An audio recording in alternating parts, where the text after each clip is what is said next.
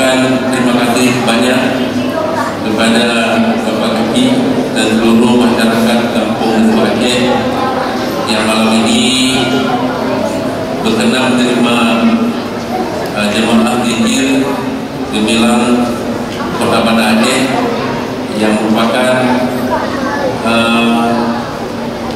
kelompok zikir di Pendopo Wali Kota Banda Aceh yang sudah kita tetapkan setiap bulannya kita bergilir ke masjid-masjid agar zikir ini terus menjelma di seluruh Kota Banda Aceh.